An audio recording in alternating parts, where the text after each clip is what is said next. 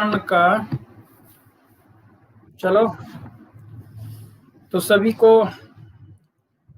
सुबह की नमस्कार। तो हमारा पिछला टॉपिक हमने अध्यारोपण का सिद्धांत पूरा कर लिया था। तो आपने अध्यारोपण सिद्धांत का पढ़ा होगा कि जब दो या दो से अधिक तरंगें क्या होती हैं, किसी बिंदु पर अध्यारोपित होती हैं, तो उनके कारण परिणामी विस्थापन इसके बराबर था y बराबर y1 प्लस y2। यदि n तरंगें अध्यारोपित हो रही हैं, यानी सुपरपोज हो रही हैं n तरंगें, तो उनके कारण हमने फॉर्मूला लिखा था बेटा y बराबर y1 plus y2 plus y3 plus y4 plus dot dot dot plus y, यानी सभी तरंगों के कारण परिणामी विस्थापनों का योग टोटल अध्यारोपण का सिद्धांत कहलाता है। तो हमने देखा था कि y परिणामी विस्थापन था और y1, y2, y3, y4, yn क्या था, अलग अलग तरंगों के विस्थापन था। यानी अलग अलग तरंगों के विस्थापनों का अगर योग करेंगे तो हमें एक परिणामी विस्थापन प्राप्त होता है। तो हमने बेटा उसके बाद में हमने देखा था कि हमने एक उदाहरण लिया था कि अध्यारोपण सिद्धांत के द्वारा हम व्यतिकरण देख सकते हैं, और हमने विस्पंद देखा था, और बताओ क्या क्या देखा था।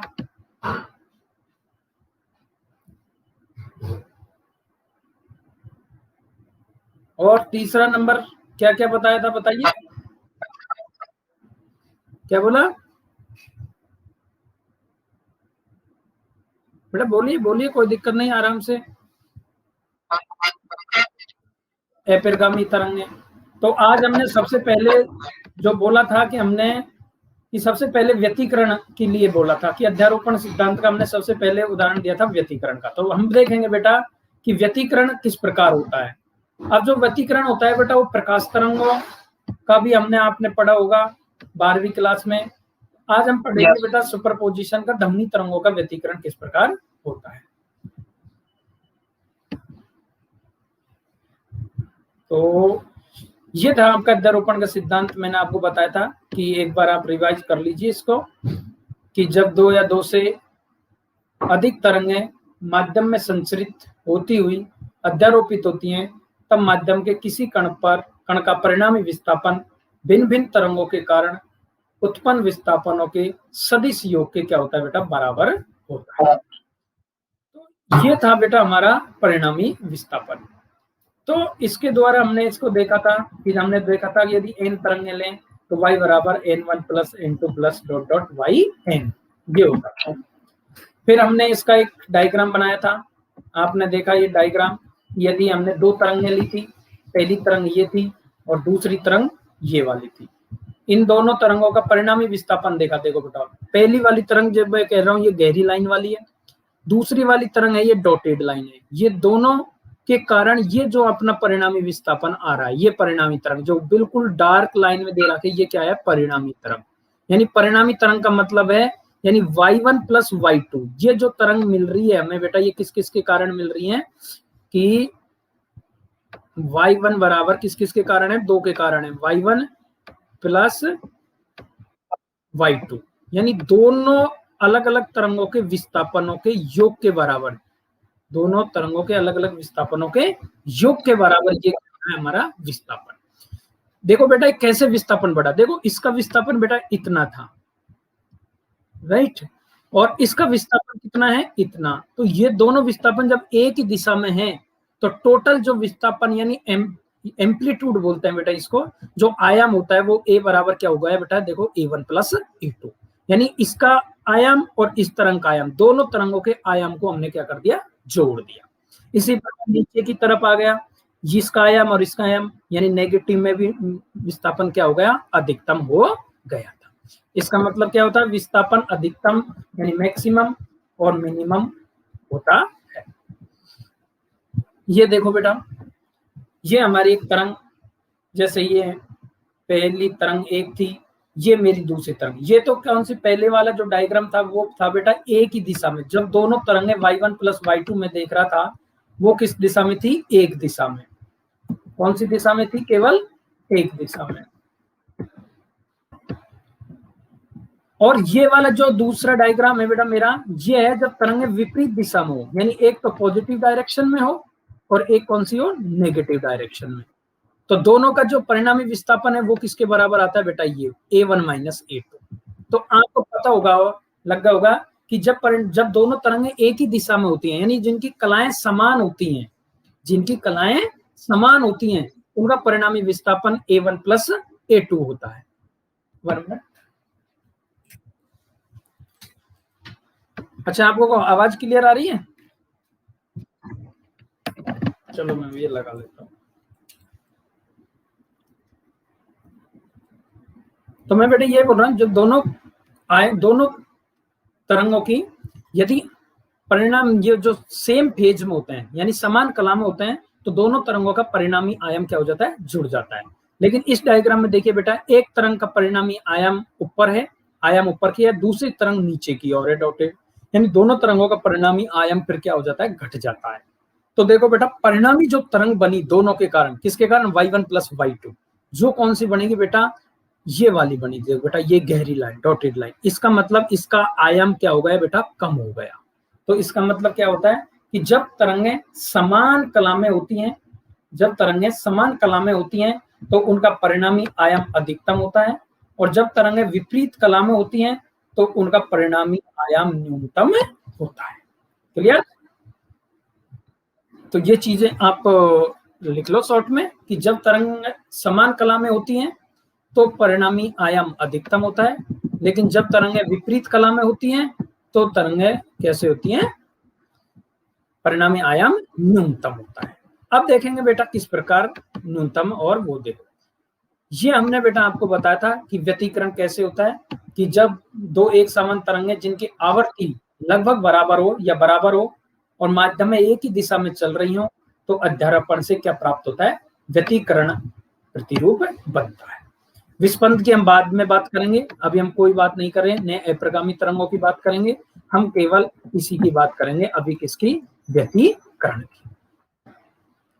तो देखो बेटा, व्यतिकरण में क्या क्या है, ये देखिए बेटा, अभी मैंने क्या कहा, जिनकी आवर्ती कैसी हो, समान हो, समान आवर्ती होगी तो समान तरंगदैर्घ्य भी होगी, तथा लगभग समान आयाम की दो तरंगें एक ही दिशा में चलती हुई अध्यारोपित होती हैं, तो इनके अध्यारोपण के फलस्वरूप व्यतिकरण प्राप्त होता है। तो आपको ये पता होना चाहिए बेटा व्यतिकरण कैसे प्राप्त होता है। तो व्यतिकरण बेटा क्या कहेंगे कि जब समान आवर्ती, समान तरंगदैर्घ्य और यदि लगभग उनका समान आयाम और वो सभी एक दिशा में, तो जो भी तरंग है वो एक ही दिशा में अगर चल रही हैं, तो हमें अध्यारोपण, वो किसी भी बिंदु पर अध्यारोपित होती है। इसका मतलब आवर्ती का मतलब बेटा आपको पता होगा क्या होता है, आपने बताया एफ, मैंने आवर्ती का मतलब क्या बोला था, एफ। तरंगदैर्घ्य का मतलब लैम्बडा, तरंगदैर्घ्य का मतलब लैम्बडा, और समान आयाम का मतलब बेटा ए, यानी जिनकी आवर्ती एफ, तरंगदैर्घ्य लैम्बडा और आयाम ए वाली दो तरंगें यदि एक दिशा में अध्यारोपित हो रही हैं और वो किसी बिंदु पर अध्यारोपित होती हैं, तो उस बिंदु पर हमें व्यतिकरण प्राप्त होगा। किसके द्वारा बेटा, सुपरपोजिशन ऑफ थ्योरम, उसके द्वारा ही हम ज्ञात कर सकते हैं, जो हमने क्या निकाला था, y बराबर y1 प्लस y2। दूसरा क्या कहेंगे बेटा, अध्यारोपण के कारण प्रेक्षण बिंदु पर ध्वनि की परिणामी तीव्रता व्यतिकरण तरंगों की तीव्रताओं के योग से अलग अलग होती है। यह हम आपको समझाएंगे अभी। अब बेटा जो व्यतिकरण होता है वो बेटा दो प्रकार का होता है। नंबर एक, या तो वो संपोषी व्यतिकरण होगा या वो विनाशी व्यतिकरण होगा। संपोषी व्यतिकरण कब होता है बेटा, संपोषी व्यतिकरण जब होता है जब दोनों तरंगें समान कला में हो। कौन सी, मैंने क्या बोला कि जब दोनों तरंगें समान कला में हो। बेटा किसी का माइक ऑन है, ऋतिक कुमार मीना, अपना माइक ऑफ कीजिए। अगर आपको कोई मेरे से क्वेश्चन पूछना है तो आपको से सम्मान में आपको इजाजत दूंगा कि आप माइक ऑन कीजिए और आप मुझसे बात कर सकते हो। बाकी इस ग्रुप के सभी स्टूडेंट सम्मानित हैं। यस, तो इसका मतलब क्या होता है बेटा, संपोषी व्यतिकरण का मतलब होता है कि जब दोनों तरंगें किस कला में हो बेटा, समान कला में। किस कला में हो बेटा, समान कला में। तो कैसा प्राप्त होता है हमें, संपोषी व्यतिकरण। और विनाशी व्यतिकरण कब प्राप्त होता है? जब बेटा जब मेरी जो तरंग है वो विपरीत कला में हो, यानी एक तरंग ऊपर से जा रही हो और एक तरंग नेगेटिव से जा रही हो, तो ऐसी तरंग में क्या होता है? विनाशी व्यतिकरण। इसका मतलब किसी बिंदु पर जब वो तरंगें अध्यारोपित होती हैं और यदि वो समान कला में अध्यारोपित हो रही हैं, किस कला में? समान कला में अध्यारोपित हो रही हैं, तो वहां पर जो व्यतिकरण प्राप्त होता है वो किस प्रकार का व्यतिकरण प्राप्त होता है? संपोषी व्यतिकरण प्राप्त होता है। लेकिन विनाशी व्यतिकरण यानी किसी बिंदु पर जब तरंगें अध्यारोपित होती हैं तो वो विपरीत कला में जाकर उस बिंदु पर अध्यारोपित होती हैं, तो इस प्रकार का व्यतिकरण कैसा कहलाता है? विनाशी व्यतिकरण कहलाता है। अब बेटे जो व्यतिकरण से होता है, मैंने कहा था किसी जो तरंग आगे बढ़ती है वो क्या है? इसका मतलब क्या है? पार्टिकल तो मूव करते नहीं है, मैंने क्या कहा? केवल एनर्जी मूव करती है। तो एनर्जी का मतलब अगर एनर्जी मूव कर रही है तो इसका मतलब एनर्जी खर्च हो रही है? नहीं। एनर्जी का लॉज क्या होता है कि इंटरफेरेंस में भी एनर्जी ना तो उत्पन्न होती है और ना ही नष्ट होती है, केवल उसका बेटा क्या होता है? डिस्ट्रीब्यूशन होता है कि कहीं पर एनर्जी मैक्सिमम तो वहां पर संपोषी व्यतिकरण, जहां पर एनर्जी न्यूनतम तो वहां पर विनाशी व्यतिकरण। व्यतिकरण प्राप्त होने के लिए ध्वनि स्रोत अवश्य ही कला संबंध होने चाहिए। ये जो बेटा कला संबंध कहलाते हैं, ये वही कहलाते हैं जिनकी एक जैसी कला हो, अर्थात वे सोर्स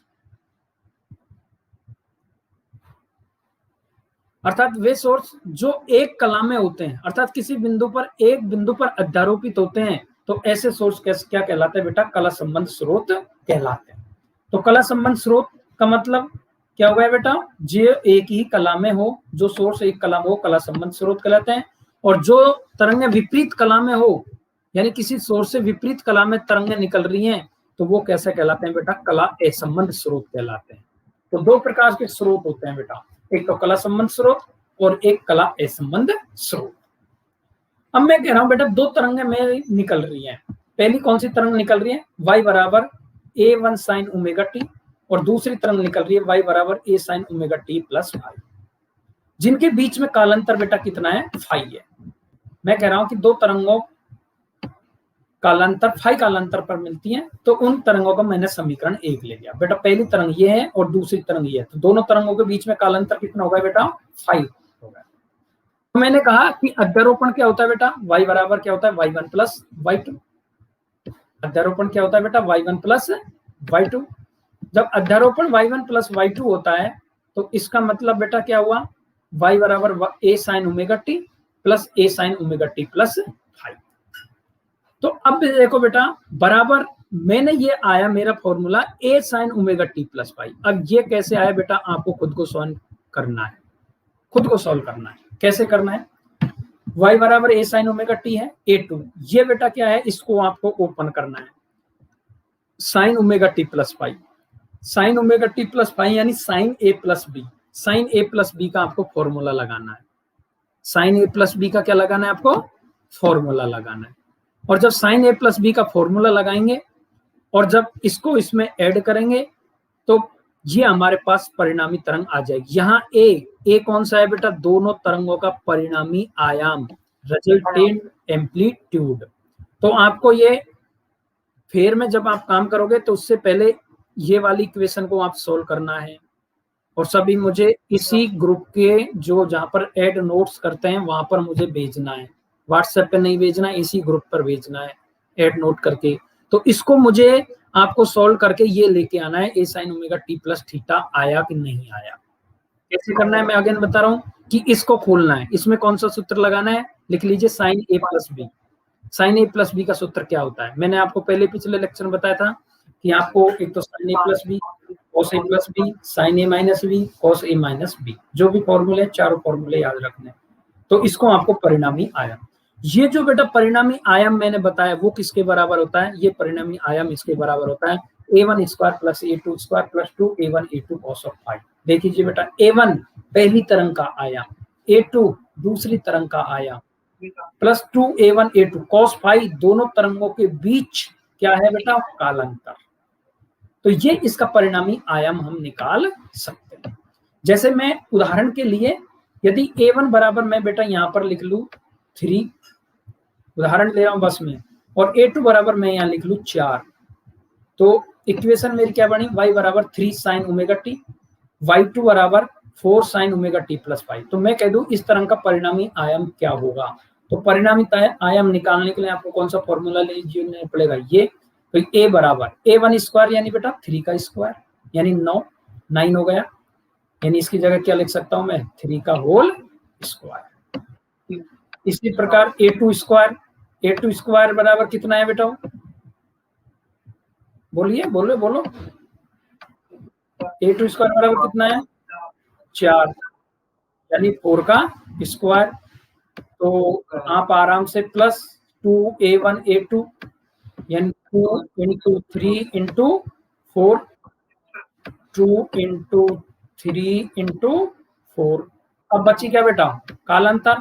अब आपको भी क्वेश्चन में ये देगा कि कालांतर कितना है।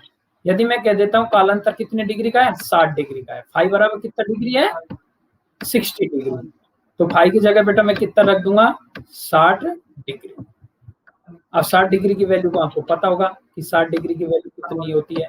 तो आप आराम से कालांतर आयाम ये निकाल सकते हो, आयाम ये आराम से निकाल सकते हो ना, फाइंड आउट कर सकते हो ना आयाम। तो देखो बेटा इसको मैं डायग्राम से समझता हूं कि मैं मान लेता हूं पहली मेरी तरंग का आयाम इधर था A1, दूसरी तरंग का आयाम मेरा इधर था, और जो इनका परिणामी आयाम था वो कितना बना रहा है बेटा, फाई। दोनों के बीच में कौन कितना है बेटा, फाई, यही तो था शुरू में फाई। तो अब मुझे इनका परिणामी आयाम निकालना है। परिणामी आयाम बोले तो दोनों आयामों का परिणामी आयाम दोनों आयामों के बीच में होगा। तो मैं मान लेता हूं दोनों आयामों के बीच का ये मेरा परिणामी आयाम है। अब बेटा परिणामी आयाम है वो मैं मान लेता हूं कितना कोण बना रहा है, थीटा कोण बना रहा है। कितना कोण बना रहा है, थीटा कोण। तो पहले तो बेटा जैसे इसको भूल जाओ, यदि ये कोण फाई बनाता है तो आपने पता है ये कोण फाई किससे बना है, इससे बना रहा है, ये वाला परिणाम आयाम A2 से। तो इसके दो कंपोनेंट हो जाएंगे। अच्छा बेटा आपको कंपोनेंट तोड़ना आता है कि नहीं आता है, मुझे एक बार ये बता दीजिए। नहीं, बिल्कुल अभी मैं क्लास के लास्ट में आपको मैं कंपोनेंट तोड़ना बताऊंगा, राइट। अभी क्लास के लास्ट 5 मिनट में मैं ये कंपोनेंट तोड़ना बताऊंगा। बेटा जिस लाइन से, सुन लीजिए अभी, तो जिस लाइन से कोई कोण थीटा बनता है वो कॉस कंपोनेंट बनता है, और उसके लंबवत जो लाइन होती है उसमें कौन सा कंपोनेंट बनता है, साइन कंपोनेंट। इसका मतलब ये फाई किससे बना रहा है बेटा, ये परिणामी आयाम A2 से, यानी परिणामी आयाम A2 के साथ कौन सा कंपोनेंट आएगा, कॉस वाला। तो क्या हो जाएगा बेटा, A2 कॉस ऑफ फाई। इसके लंबवत ये है तो इसके साथ कौन सा कंपोनेंट हो जाएगा, A2 साइन फाई। अब देखिए बेटा ये कंपोनेंट A1 है, ये भी कंपोनेंट अगर मैं इसको आगे ऐसे बढ़ा दूं तो ये कितना हो जाएगा बेटा, A2 cos फाई, और ये कितना हो जाएगा बेटा, ये कितना है A1, तो A1। तो इसका मतलब मैं अगर टेन थीटा निकालू कि परिणामी आयाम मुझे टेन थीटा कितना है, तो परिणामी आयाम टेन थीटा बराबर कितना है बेटा, A2 sin phi upon A1 plus A2 cos of phi. ये याद रखना है बेटा, परिणामी आयाम कितने डिग्री से बना रहा है, और आपको ये कैसे लाना है मैंने आपको ये भी बता दिया। तो इस प्रकार हम ध्वनि तरंगों का क्या निकाल सकते हैं, व्यतिकरण निकाल सकते हैं, किससे, y बराबर y1 प्लस y2। बेटा हाँ,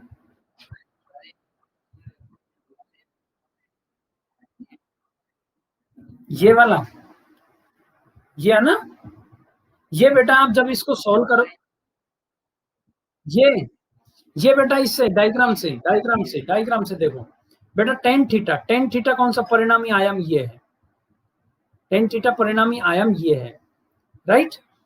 ये बेटा क्या वेक्टर है, वेक्टर का एक पूरा चैप्टर होता है 11th में, तो वहां पर ये वेक्टर के रूप में पढ़ते हैं हम। ये कहलाता है बेटा पैरेललोग्राम वेक्टर। तो पैरेललोग्राम वेक्टर में बेटा ये कौन क्या परिणामी आयाम कहलाता है, ये कौन क्या कहलाता है, थीटा कहलाता है। तो ये हमें निकालना है टेन थीटा। अब बेटा टेन थीटा बराबर क्या होता है, आपने पढ़ा होगा कि एल लाल बटे कक्का, पढ़ा था ना, है ना। इसका मतलब बेटा क्या है, लंब बटे आधार, लंब बटे आधार, यही है ना। अब बेटा बेटा बेटा अपना लंब कितना है बेटा, देखिए इससे अगर मैं लगाऊंगा तो ये बेटा A2 sin फाइव है, तो ये भी A2 sin फाइव होगा कि नहीं होगी, ये लाइन भी। इस वाले ट्रायंगल को देखिए, होगा ना। तो ये क्या आ गया बेटा ऊपर, लंबा गया A2 sin फाइव बटे आधार, आधार बेटा क्या हो रहा है, ये कौन थीटा इससे बना रहा है, किससे, A2 cos फाइव पे, और इसके कंपोनेंट में कौन सा है, A1 भी है, क्योंकि ये इसके आधार में ये भी जा रहा है ना, तो क्या हो जाएगा बेटा A1 plus A2 cos of five, right. तो ये क्या बनाता है, टेन थीटा बनाता है। तो ये तो वेक्टर का चैप्टर है, आप वेक्टर के चैप्टर में थोड़ा सा देख लीजिए। तो ये आपका परिणामी तरंग का, इसी प्रकार आपने एक 12th की बुक में देखना, जो साइंस के स्टूडेंट हैं वो ध्यान दीजिए कि आपने एक यंग का डबल स्लिट एक्सपेरिमेंट पढ़ा होगा, जहां पर वो सोर्सों से लाइट निकलती है और किसी बिंदु पर अध्यारोपित होती है, वहां पर भी बेटा यही रिलेशन आते हैं, सेम रिलेशन आते हैं। आपने देखा होगा कि दो तरंग से निकलने वाली जो प्रकाश की तरंग है वो अध्यारोपित होती है। तो आप इसको समझने के लिए आप प्रकाश तरंगों का अध्यारोपण टॉपिक है, यंग का ड्यूस्लिट प्रयोग, डबल स्लिट एक्सपेरिमेंट है, उसमें आप देख सकते हो इस प्रकार कला संबंध स्रोत से एक ही कला में तरंगें मिलती हैं और विभिन्न कलाओं में भिन्न में कहां पर संपोषी व्यतिकरण बनता है, कहां पर विनाशी व्यतिकरण बनता है, यही रिलेशन आते हैं। अब बेटा जो तरंगों का जो आयाम होता है वो क्या होता है, जो परिणामी आयाम होता है उसके क्या होता है, स्क्वायर होता है। यानी अपन कह सकते हैं I is proportional to A1, I is proportional to, ये क्या है, A परिणामी आयाम यानी A स्क्वायर, ये कहलाती है किसी भी तरंग की तीव्रता। तो ये फॉर्मूला लिख लीजिए कि I बराबर A1, I बराबर, यानी आप ऐसे लिख सकते हैं कि किसी भी तरंग की तीव्रता को किससे रिप्रेजेंट करते हैं, I1 is proportional to A square, यानी परिणामी आयाम। परिणामी आयाम कितना माना बेटा, कैपिटल A माना, परिणामी आयाम का A स्क्वायर। जैसे ही बेटा मैं प्रोपोर्शनल टू का चिन्ह हटाऊंगा, कोई क्या आएगा, नियतांक, तो मैं क्या निकल सकता हूँ, I बराबर K A स्क्वायर। क्लियर बात बेटा, ये तो है परिणामी आयाम। अगर मैं अलग अलग तरंगों के लिए लिखूं तो बेटा मेरा कैपिटल A की जगह क्या आ जाएगा, पहली तरंग के लिए A1, दूसरी तरंग के लिए क्या आ जाएगा, A2। तो देखो बेटा पहली तरंग के लिए लिखूंगा तो I1 बराबर कितना हो जाएगा, मैं यहीं पे लिख दो डायरेक्ट K A1 स्क्वायर, दूसरी तरंग के लिए कितना हो जाएगा, I1 बराबर K A2 square, A1 A2 को मैंने कोष्टक में लिख दिया, K1 से K1 क्या हो जाता था बेटा, कैंसिल, इसलिए डायरेक्ट लिख रखा है इसने कि I1 बटे I2 बराबर A1 बटे A2 का होल स्क्वायर। तो किसी भी तरंग की अगर हमें तीव्रता निकालनी है तो हमें इस प्रकार निकाल सकते हैं। इसी प्रकार एक फॉर्मूला और आता है कि परिणामी तीव्रता I निकालने के लिए कि हम लिख सकते हैं I बराबर I1 plus I2 two under root I1 I2 cos of five. बस डायरेक्ट याद रखिए बेटा, आपके कोई काम का नहीं है ज्यादा है, जस्ट अगर कभी न्यूमेरिकल कोई अगर तैयारी कर रहा है कॉम्पिटिशन की साइंस की तो वो इस फॉर्मूले को याद रख सकता है। तो इस प्रकार बेटा अध्यारोपण का मैंने आपको एक एक्सपेरिमेंट बताया, अध्यारोपण का मैंने ध्वनि तरंगों का अध्यारोपण किस प्रकार होता है, तो आप इसको आराम से ध्वनि तरंगों का अध्यारोपण, इतना आपको लिखने की जरूरत नहीं है, ये सारी थ्योरी, ये केवल समझने की जरूरत है कि जब हमारा व्यतिकरण होता है तो जिसमें क्या होता है बेटा, क्या क्या लिखना है, देखो शॉर्ट में समझिए कि व्यतिकरण कैसे प्राप्त होता है, यानी क्या होनी चाहिए, वेवलेंथ तरंग दैर्ध्य, आवर्ती और आयाम यदि लगभग समान है और एक दिशा में संचरित होती है तो किसी बिंदु पर हमें व्यतिकरण प्राप्त होता है। अब व्यतिकरण बेटा दो प्रकार का होता है, एक तो संपोषी व्यतिकरण, एक विनाशी व्यतिकरण। संपोषी व्यतिकरण का मतलब बेटा क्या है कि जब दो तरंगें समान कला में जाकर किसी बिंदु पर अध्यारोपित होती है तो संपोषी व्यतिकरण कहलाती है। अर्थात संपोषी व्यतिकरण के लिए कैसा स्रोत होगा बेटा, कला संबंध स्रोत होगा, यानी ऐसा स्रोत जिससे निकलने वाली ध्वनि तरंगों के बीच कालांतर 0 डिग्री का हो, ऐसा स्रोत कला संबंध स्रोत कहलाते हैं। विनाशी व्यतिकरण मतलब जिसमें विपरीत कला में जाकर किसी बिंदु पर अध्यारोपित हो, विनाशी व्यतिकरण कहलाते हैं। ऐसा स्रोत कैसा कहलाता है बेटा, कला असंबंध स्रोत कहलाता है। फिर ये चीज तो बेटा आपको जस्ट याद रखनी है, लिखने की कहीं जरूरत नहीं है। फिर कहेंगे माना दो तरंगों के समीकरण ये है, पहली तरंग ये है, दूसरी तरंग ये है, दोनों तरंगों के बीच में कालांतर कितना है, फाई है, दोनों तरंगों को आप लिख दीजिए। फिर बेटा ये तरंग लिख दी, ये लिख ली, इसको आप साइन A प्लस बी से खोल दीजिए। जब इसको खोलोगे तो परिणामी जब आपका रिजल्ट आएगा वो क्या आएगा, A sine omega t plus theta. A किसके बराबर था वहां पर आप उसको लिखोगे तो वो A किसके बराबर रहेगा, इसके बराबर। यानी ये एक ही जगह ये आएगा, तो ये लिख सकते हैं। फिर हमने कहा कि उनके बीच में कितने परिणामी आयाम कितने कोण थीटा पर रखा हुआ है, वो इतने कोण थीटा पर रखा हुआ है। फिर हम कह सकते हैं कि ध्वनि तरंगों की तीव्रता कितनी होती है, वो परिणामी आयाम के वर्ग के समानुपाती होती है। ठीक है बेटा? यस एवरीबॉडी, किसी को कोई दिक्कत? आराम से चलेंगे बेटा, कोई जल्दी नहीं है, समझना है, जितना पढ़ा जाए उसको समझ लो, को वो ज्यादा बेटर होता है। अगर किसी को कोई प्रॉब्लम हो तो आप मुझे बोल सकते हो।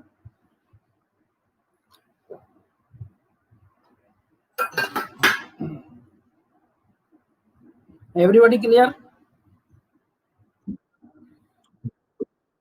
अच्छा, टू आज कौन कौन जुड़े हैं आज?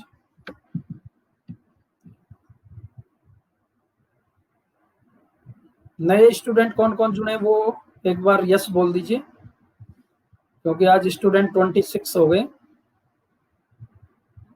तुषार आज ही जुड़ेगा बेटा, आप कंटिन्यू हो ना आप तो? अच्छा अच्छा, कोई नहीं कोई नहीं, कोई दिक्कत नहीं बेटा। ये तो प्लेटफॉर्म तो वहां पर कोई फिजिक्स का लेक्चर नहीं है क्या?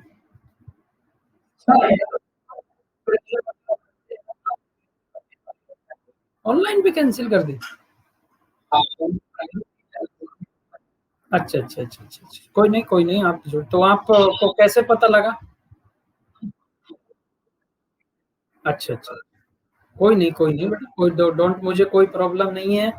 मेरा काम, हमारा काम तो यही है। अगर आपको कोई दिक्कत नहीं, अगर आपके कोई और भी दोस्त है ना साथी, अगर वो जुड़ना चाहते हैं तो जुड़ सकते हो, मुझे उससे कोई प्रॉब्लम नहीं है, क्योंकि मुझे तो बोलना है जो ही बोलना है। अगर आपको बेनिफिट हो रहा है तो मेरे लिए अच्छी बात है बेटा ना। तो दिक्कत हो तो बेटा आप पूछ सकते हो बीच में कि सर ये कैसे आया, क्या आया, है ना?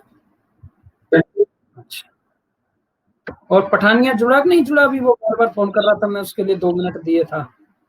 पठानिया नहीं आया अभी तक। हाँ बेटा, लिफाची पिछली क्लास में कहाँ गायब हो गई थी? कहाँ आए थे बेटा? बाद में तुम चले गए थे, हट गए थे। मेरे पास अटेंडेंस रहती है, सबका पता रहता है, एक एक पर नजर रहती है। नहीं कल नहीं, पिछली क्लास, जब भी आपकी फ्राइडे को। अभी जब मैं अटेंडेंस देख लेता हूँ, तो कोई दिक्कत नहीं, ली तो बहुत अच्छी बात है। चलो तो बेटा, ये क्लियर है आपका? ये टॉपिक क्लियर है?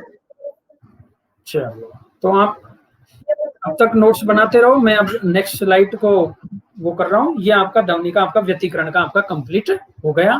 तो हमने देखा कि अध्यारोपण के सिद्धांत के द्वारा पहली हमने एप्लीकेशन कर ली। पहली हमने एप्लीकेशन कौन सी करी थी? व्यतिकरण।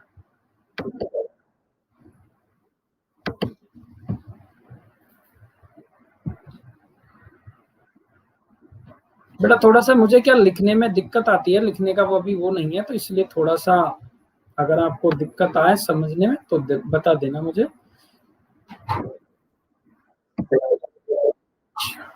तो अब बेटा जो हमने अध्यारोपण के सिद्धांत पे जो नेक्स्ट जो टॉपिक मैंने आपको 3-4 बताए थे ना, 100 बीट्स कैसे होता है और रिक्शा जो आकृतियां कैसे बनती है, ये बेटा सब जो टॉपिक आधार रहते हैं, ये बेटा अपने स्टेशनरी वेव के आधार पर, स्टेशनरी वेव के आधार पर बोले तो अप्रगामी तरंगों के आधार पर।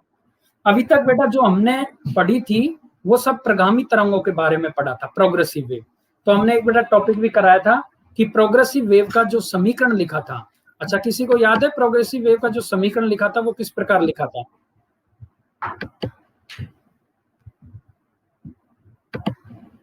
अगर आपको किसी प्रोग्रेसिव प्रगामी वेव का तरंग समीकरण लिखने को कहे तो आप किस प्रकार लिखोगे? बताइए।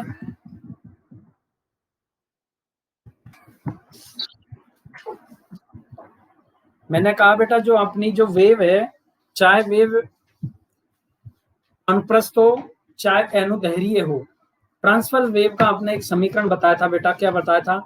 कि वो जो समीकरण जिसका विस्थापन किसका फंक्शन हो, किस किस का फंक्शन हो, बताओ, भूल गए? एफ किस किस का फंक्शन होना चाहिए? एनीबॉडी, कोई भी बता सकता है।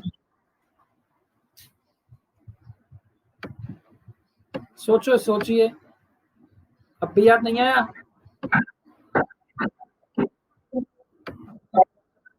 X and T.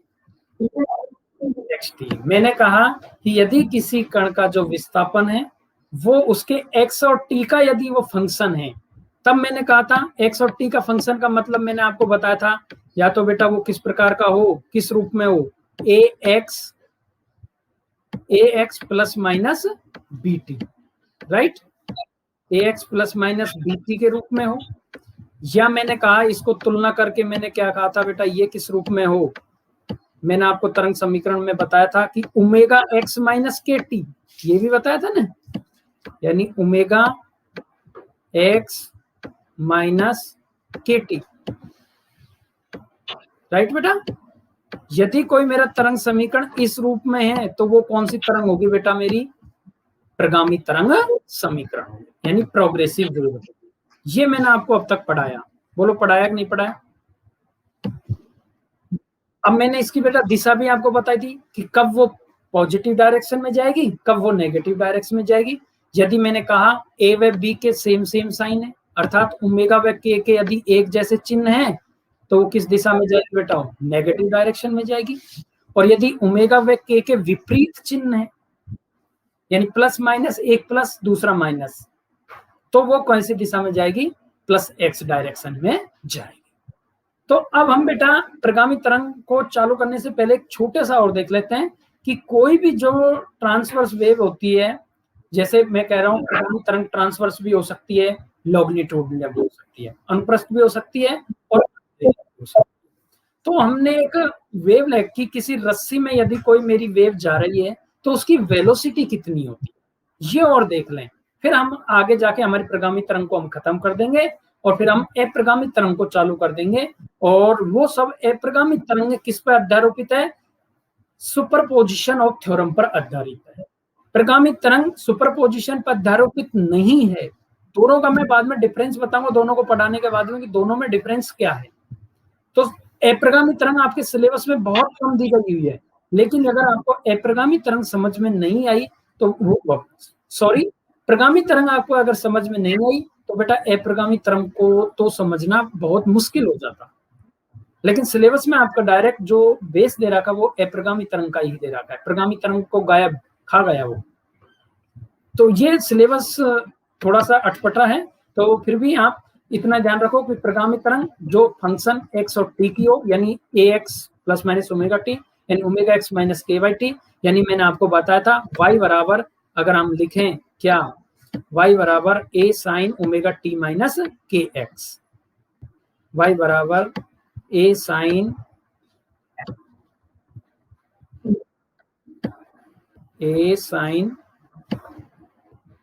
Omega T.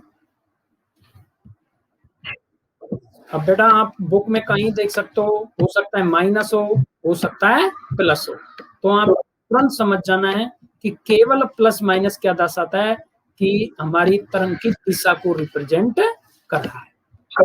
कि कोई राइटर एक्स प्लस ले लेता है, कोई राइटर माइनस ले रहा है, तो मैं आपको बिल्कुल बेसिक पढ़ा रहा हूँ कि कोई सी बुक उठा के देख लेना, बस कॉन्सेप्ट लगाते जाना, जो मैं बोल रहा हूँ अपने आप समझ में आ जाएगा। तो ये क्या कहलाती है, एक प्रगामी तरंग का समीकरण, यानी इस प्रकार का यदि कोई समीकरण है तो वो एक प्रगामी तरंग का क्या कहलाता है, समीकरण।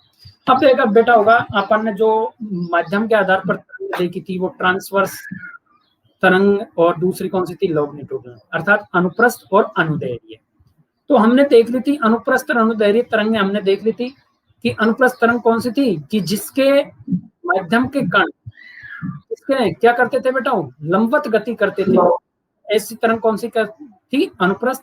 और जिसके माध्यम के कण तरंग की दिशा गति करते थे वो कौन सी तरंग थी, अनुदैर्घ्य तरंग। तो अब हम ये दिखा रहा हूं बेटा मैं कि उनकी वेलोसिटी क्या होगी, कि जो तरंग जा रही है उसकी वेलोसिटी क्या है, कितनी वेलोसिटी से जा रही है। क्या मैं कोई मोटी रस्सी लूं या मैं पतली रस्सी लूं, तो क्या उनकी वेलोसिटी में क्या प्रभाव पड़ेगा। जैसे मैं एक छोटी पतली सी रस्सी ले लूं और एक बहुत बड़ा मोटा रस्सा ले लूं, और जब मैं किसी तरंग को उत्पन्न करूं, जैसे डिस्टरबेंस मैंने पैदा किया, तो आपने देखा होगा कि तरंग ऐसे ऐसे जाती है, राइट। तो उनकी वेलोसिटी पर क्या प्रभाव पड़ा, तो हम दोनों की वेलोसिटी को देख सकते हैं कि अनुप्रस्थ तरंगों की वेग क्या है और अनुदैर्ध्य तरंगों का वेग क्या है। अनुदैर्ध्य तरंगों का वेग मैं तब बताऊंगा जब मैं अनुदैर्ध्य तरंग पढ़ाऊंगा। तो ये मेरा टॉपिक, ये मुझे अगर जैसे आप करना चाहो तो आपने जब सुपरपोजिशन थ्योरम करी उससे पहले कर सकते हो इसको, कि ट्रांसवर्स वेगों का क्या उनकी वेलोसिटी है। तो बेटा ये देखिए, सिंपल मैंने बहुत देखिए, velocity of the transfer waves जैसे किस किस में उत्पन्न कर सकते हैं, किसी भी रोप, रस्सी में, या जैसे गिटार का तार। जैसे आपने देखा होगा कि गिटार के तार को जैसे ही आप उसमें करते हैं तो एक साउंड वेव निकलती है, अर्थात आपने डिस्टरबेंस पैदा किया, तो बेटा उसकी जो वेलोसिटी है वो पतला तार, जैसे गिटार का तार बहुत पतला होता है जबकि रोप बहुत मोटी होती है, तो उनकी वेलोसिटी में क्या प्रभाव आएगा। तो मैं कह रहा हूं बेटा, पतले तार यानी स्ट्रिंग में वेव स्पीड अधिक तथा मोटे तार में वेव स्पीड कम होती है। यदि कोई पतला तार होगा तो उसमें पार्टिकल की जो स्पीड होती है, यानी जो तरंग की गति होती है, पार्टिकल तो गति, जो तरंग की जो स्पीड होती है, वेव स्पीड होती है, वो क्या होती है बेटा, बहुत ज्यादा होती है। और मोटे तार में वेव स्पीड बहुत कम होती है। इसको हम कैसे समझें, हमने कहा बेटा कि यदि जैसे मेरे पास समझिए, जैसे मेरे यहाँ पर देखिए मेरा कर्सर है, ये मेरी एक स्ट्रिंग है पतली सी, इसका मास क्या है बेटा, कम है, जबकि दूसरी ये मेरी ये स्ट्रिंग है, इसका मास क्या है, ज्यादा है। ये तो पता लग रहा है ना, मैंने इसको गहरी कर रखी है, तो इसका मतलब क्या है, इसका मास ज्यादा है। इसका मतलब बेटा क्या हुआ, जिसका मास कम है उसमें स्पीड ज्यादा है, और जिसका मास ज्यादा है उसमें स्पीड कम है। तो फॉर्मूला क्या बना कि जो मेरी वेव स्पीड होती है, वेलोसिटी होती है, वो क्या होती है, व्युत्क्रमानुपाती होती है, किसका बेटा, 1 mass of wire oblique string. इसका मतलब क्या हुआ कि जिसका मास बेटा कम होगा, अगर मास कम होगा तो 1 यानी 1 में कम चीज का भाग देंगे तो बेटा क्या आएगी, ज्यादा आएगी, तो ये चीज क्या हो जाएगी, ज्यादा, और वेलोसिटी क्या हो जाएगी, बढ़ जाएगी। यदि मास ज्यादा है, 1 में ज्यादा का भाग देंगे तो बेटा हमेशा संख्या क्या आएगी, 1 से कम आएगी, 1 से कम आएगी, इसका मतलब वेलोसिटी क्या हो जाएगी, कम हो जाएगी। अब बेटा इसको समझिए, फिर लीजिए आप एक पतला से तार को सोचिए, एक पतले से तार में पार्टिकल बहुत सारे पार्टिकल हैं उसमें भी, और एक मोटा रस्सा लीजिए, उसमें भी बहुत सारे पार्टिकल हैं। जैसे बेटा मेरे पास ये पेन है, इसकी मैं अंदर के रिफिल की बात कर रहा हूँ, ये मैं एक पतला तार है रिफिल, अगर मैं इस रिफिल में बेटा डिस्टरबेंस पैदा करूं, रिफिल को सोचिए ये वाला, इसमें मैं ये डिस्टरबेंस पैदा करूं तो इसके पार्टिकल बेटा तुरंत क्या करेंगे, वाइब्रेशन करेंगे, और वाइब्रेशन करने के बाद क्या होगी, उनके पास एनर्जी एक स्थान से दूसरे स्थान पर विक्षोभ से क्या बढ़ जाएगी, आगे बढ़ जाएगी। इसका मतलब इनको वाइब्रेशन करने में कम समय लगेगा, और जब वाइब्रेशन करने में कम समय लगेगा तो तरंग आगे बढ़ जाएगी। इसका मतलब क्या होगा कि स्पीड क्या होगी, तुरंत यहाँ से तेजी से निकल जाएगी। अब मैं कह रहा हूँ बेटा दूसरी, कि ये पेन की बात कर रहा हूँ, अब इस पेन में बेटा क्या है, बहुत सारे पार्टिकल हैं, इस पेन में क्या है बेटा, बहुत सारे पार्टिकल हैं। तो मैं इसको यदि मैं डिस्टरबेंस पैदा करूं, अर्थात मैं इसमें वाइब्रेशन पैदा करूं, तो इसके पार्टिकल बेटा बहुत सारे पार्टिकल है, तो धीरे धीरे एक वाइब्रेशन दूसरे को वाइब्रेट करेगा, दूसरा तीसरे को वाइब्रेट करेगा, चौथे को वाइब्रेट करेगा।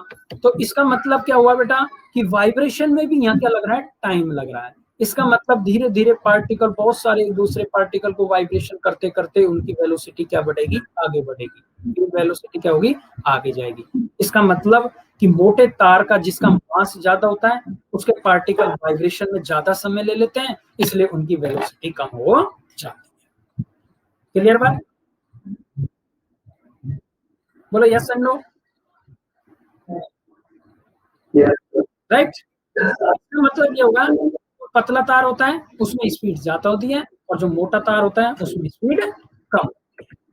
अगली बात, जिस तार या रस्सी में जितना ज्यादा तनाव होगा, यानी जितनी टाइट उसको हम बांधेंगे, बेटा आपने देखो किसी रस्सी को टाइट अगर हम दोनों सिरों से बांध देते हैं और उसमें यदि हम विक्षोभ पैदा करते हैं, उंगली से हिला देते हैं, तो आपने देखा होगा कंपनों की संख्या बहुत ज्यादा होती है, राइट।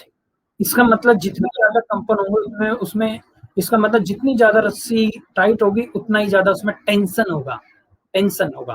तो इसका मतलब कि जितनी ज्यादा रस्सी होगी उसमें स्पीड उतनी ज्यादा होगी।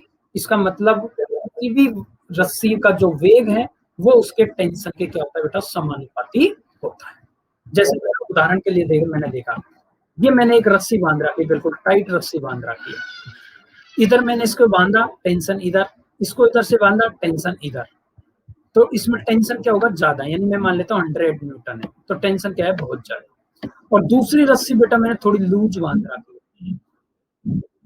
रखी, तो इसमें टेंशन पैदा होगा कितना, बहुत कम होगा लेकिन बहुत कम। कितना होगा, जितना ये इस दृढ़ आधार से बंधी हुई है, अर्थात इसके जो मिडिल सिरे पर इस पर कोई टेंशन बहुत कम रहेगा। तो मैं मान लेता हूँ इसका टेंशन कितना कह रहा हूँ, 10 न्यूटन। इसका मतलब इसका टेंशन क्या है, कम। तो इसका मतलब क्या हुआ कि कोई रस्सी जितनी ज्यादा टाइट बंधी होगी टेंशन उतना ही ज्यादा होगा और उसकी स्पीड भी उतनी ही ज्यादा होगी। तो हमारा एक फॉर्मूला बन जाता है कि वेव स्पीड बराबर क्या कहलाते हैं, v बराबर √T अपॉन v, जहां T बेटा क्या है, tension of the string. T क्या है बेटा, tension of the string. T क्या कहलाता है बेटा, टेंशन ऑफ द स्ट्रिंग। और म्यू बेटा क्या कहलाता है, या तो मैं म्यू कह रहा हूं, म्यू बराबर है बेटा ये मास पर यूनिट लेंथ। इसका मतलब समझ लीजिए, ये मेरी कोई रस्सी है बेटा, ये इसमें बेटा जिसका मैं मान लेता हूं टोटल मास m है और इसकी टोटल लंबाई कितनी है, l। अब मुझे बेटा इस सिरे यहाँ की लंबाई निकालनी है, कितनी है यहाँ की लंबाई। तो मुझे क्या करना पड़ेगा, टोटल लंबाई में इस रस्सी के यहाँ का क्या देना पड़ेगा बेटा, मुझे भाग, राइट। निकालूंगा तो क्या होगा, टोटल लंबाई में यहाँ के मास का भाग दूंगा।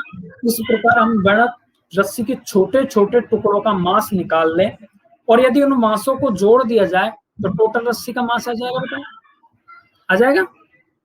इसका मतलब क्या हुआ कि किसी बिंदु पर यानी एकांक बिंदु पर उस रस्सी का यदि मास निकालना है तो वो कहलाता है बेटा म्यू कहलाता है। उसको हम स्मॉल m के द्वारा भी दर्शा सकते हैं या म्यू के द्वारा भी दर्शा सकते हैं, अलग अलग राइटर अलग अलग दर्शाते हैं। तो उसको कहलाते हैं मास पर यूनिट लेंथ, यानी यहाँ के मास पर कितनी लंबाई आई, यहाँ के मास में कितनी लंबाई आई, यानी छोटे से मास में उस रस्सी की कितनी कहलाती है बेटा, मास पर यूनिट लेंथ। तो जो हमारी बेटा जो वेलोसिटी होती है वो तनाव T और म्यू बराबर मास पर यूनिट लेंथ पर निर्भर करती है। तो ये फॉर्मूला बनता है हमारा कि ट्रांसफर वेग ऑफ स्पीड यानी v बराबर √T अपॉन म्यू। लिख लीजिए बेटा, v बराबर √T अपॉन म्यू। तो ये हमारे बेटा ये छोटा सा टॉपिक है, आपको याद रखना है कि जब अगर ट्रांसफर वेव्स आई हमारे पास, अब ये ट्रांसफर वेव्स बेटा हो सकता है प्रगामी हो सकता है अनुदैर्घ्य। अगर बेटा दोनों सिरों से, मैंने आपको पहले ही अंतर बता दिया, अगर मेरी दोनों सिरों से बंधी हुई है तो कौन सी तरंग होगी, अप्रगामी। और यदि एक सिरे से बंधी हुई है, एक सिरा फ्री एंड है, तो वो कौन सी है, प्रगामी। लेकिन आगे हम देखेंगे कि अप्रगामी तरंगों में भी अलग अलग किस प्रकार के। लिख लिया बेटा ये कंप्लीट, ये दोनों पॉइंट, वेलोसिटी लिख ली, यस। तो नेक्स्ट फाइल में शेयर कर रहा हूँ, इसको स्टॉप कर रहा हूँ, है ना। किसी को कोई प्रॉब्लम हो तो आप बता सकते हो मुझे।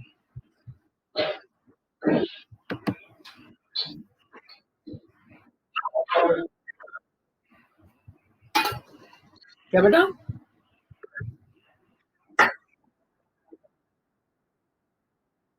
हाँ हाँ बताऊंगा, बिल्कुल बिल्कुल।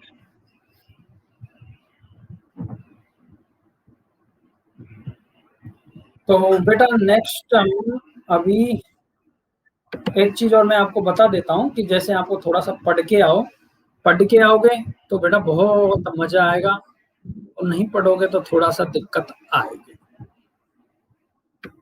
क्योंकि आपके लिए जो मैं बता रहा हूँ वही पढ़ो, इससे ज्यादा कुछ पढ़ने का नहीं। बस बुक में देखते रहो कि सर ने आज क्या बताया, सर ने क्या बताया, बस वही दिखाते रहो बस। देखो बेटा, ये आपको थोड़ा सा हो सकता है आपकी बुक में मिले या ना मिले, लेकिन आप इसको पढ़ के आना, मैं नेक्स्ट जब भी लाइव आऊंगा तब आपको मैं बताऊंगा कि तरंगों का परावर्तन कितना होना है। आपको ये चीज देखनी है, इसको अभी भूल जाओ। आपको ये देखना है कि तरंगों का परावर्तन, तरंगों का परावर्तन बेटा, तरंगे कौन कौन सी हो सकती है? दोनों प्रकार की हो सकती है। कौन कौन सी? अनुप्रस्थ और, आप समझ गए, एक नंबर 1 और 1 2। तो इनका परावर्तन बेटा किस प्रकार होता है? इनके परावर्तन को मैं आपको थोड़ी सी, आप इसको मत पढ़िए, आप मेरी बात को सुनिए कि जो परावर्तन का मतलब है कि किसी, जैसे मैंने कहा अनुप्रस्थ तरंग है। अनुप्रस्थ तरंग का मतलब क्या है बेटा? जिसका एक सिरा कैसा हो? खुला हो, फ्री एंड हो, और एक सिरा कैसा हो? दृढ़ आधार से बंधा हुआ। तो ऐसी तरंग अनुप्रस्थ तरंग। क्लियर बात है? क्लियर बात है ना? अब मैं कह रहा हूँ बेटा, जैसे फिर मैं अनुदैर्ध्यों की बात करूंगा कि उनका परावर्तन कैसा होता है। तो अनुदैर्ध्यों के लिए परावर्तन किस प्रकार होता है मैं बाद में बात करूंगा। तो मैं अब कह रहा हूँ अनुप्रस्थ तरंगों का परावर्तन बता रहा हूँ बेटा, ये आप समझिए। मैं इस स्टोरी को बाद में बताऊंगा, तो इस स्लाइड को देखिए डायरेक्ट। देखो बेटा, ये देखिए बेटा, दिख रहा है आपको बेटा? ये वाला सिरा, ये जहां पर मेरा कर्सर चल रहा है, ये सिरा मेरा बिल्कुल फ्री है, फ्री है ना? और इधर का ये सिरा, ये कोई दृढ़ आधार से बंधा हुआ है। दृढ़ आधार से क्या हुआ है? बंधा। हमने क्या कहा था कि मैं यदि इस यहाँ पर इस वेव को मैं मेरे हाथ से इसको क्या करूं बेटा? मैं झटका मारूं। क्या करूं बेटा? डिस्टरबेंस पैदा करो। क्या करो? डिस्टर्ब। अभी तक जो, तो बेटा ये देखो, वेव ऐसे जाएगी जाएगी, मैं मान लेता हूँ ये वेव मेरी उत्पन्न हुई। ऐसे ही वेव उत्पन्न होती है। ये वेव कहाँ से चली? यहीं से तो चली होगी बेटा, ऐसे, फिर नीचे गई होगी, फिर ऊपर गई होगी, फिर नीचे गई होगी, फिर ऊपर गई, फिर वापस आके यहाँ, ऐसे ही बनी।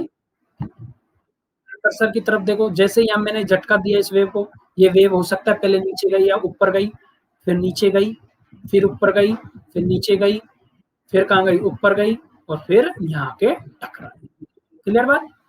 अब देखो बेटा, यहाँ पर मैंने किसी दीवार से इसको बांध रखा है, तो वेव आगे तो बढ़ेगी नहीं।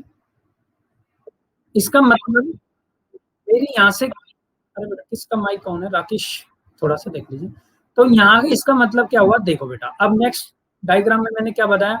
ये वेव मेरी बेटा देखो यहाँ थी, राइट? अब वेव मेरी यहाँ से कहाँ बढ़ गई? यहाँ पर बढ़ गई। इसका मतलब वेव आगे बढ़ रही है। बढ़ रही है कि नहीं बढ़ रही है? राइट बेटा? अब मेरी वेव कहाँ बढ़ गई? यहाँ बढ़ गई। इसका मतलब धीरे धीरे वेव कहाँ जा रही है? दृढ़ आधार की ओर वेव बढ़ रही है, राइट? जैसे ही बेटा वेव दृढ़ आधार पर टकराई, वेव क्या हो गई? खत्म हो गई। वेव क्या हो गई? खत्म हो गई। बेटा तुषार, अपना माइक ऑफ, संदीप, क्योंकि जो मैं बोलो नहीं, हाँ करो तब फिर तुरंत हो। इसका मतलब क्या हो बेटा? जैसे वेव आगे बढ़ी और किसी दृढ़ आधार से टकराई, वेव वहां पर क्या हो जाती है? खत्म हो जाती है। लेकिन एनर्जी है बेटा, वेव आगे बढ़ने का मतलब क्या है बेटा? एनर्जी।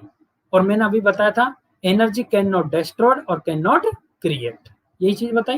यानी एनर्जी ना तो उत्पन्न होती है और ना ही नष्ट होती है, केवल एक रूप से दूसरे रूप में क्या हो रही है? परिवर्तन हो रहा है।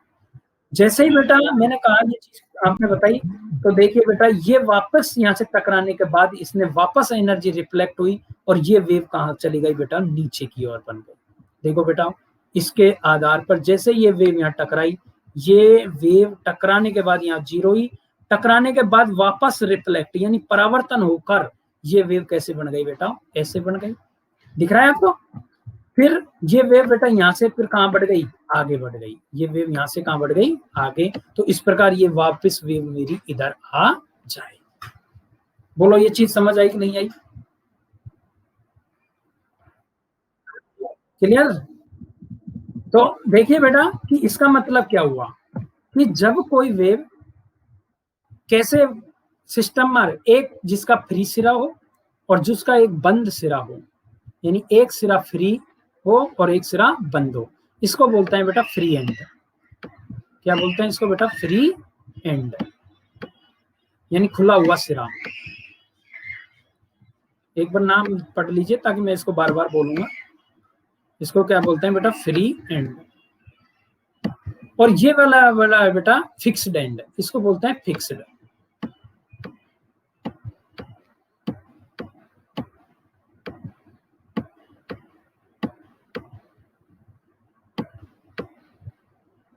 राइट। तो इसका मतलब क्या हुआ कि जब किसी रस्सी में एक सिरा फ्री हो, दूसरा सिरा बंधा हुआ हो, तो जब हमारा जो डिस्टरबेंस से जो तरंग आगे बढ़ती है, तो बंधे हुए सिरे से टकराने के बाद तरंग कैसी हो जाती है बेटा, परावर्तित हो जाती है। और किस प्रकार परावर्तित होती है बेटा, विपरीत क्रम में। किस प्रकार परावर्तित होती है, विपरीत क्रम में। देखो बेटा, इसकी कला ये थी, इसकी कला ये थी, अब इसकी कला क्या है, ये।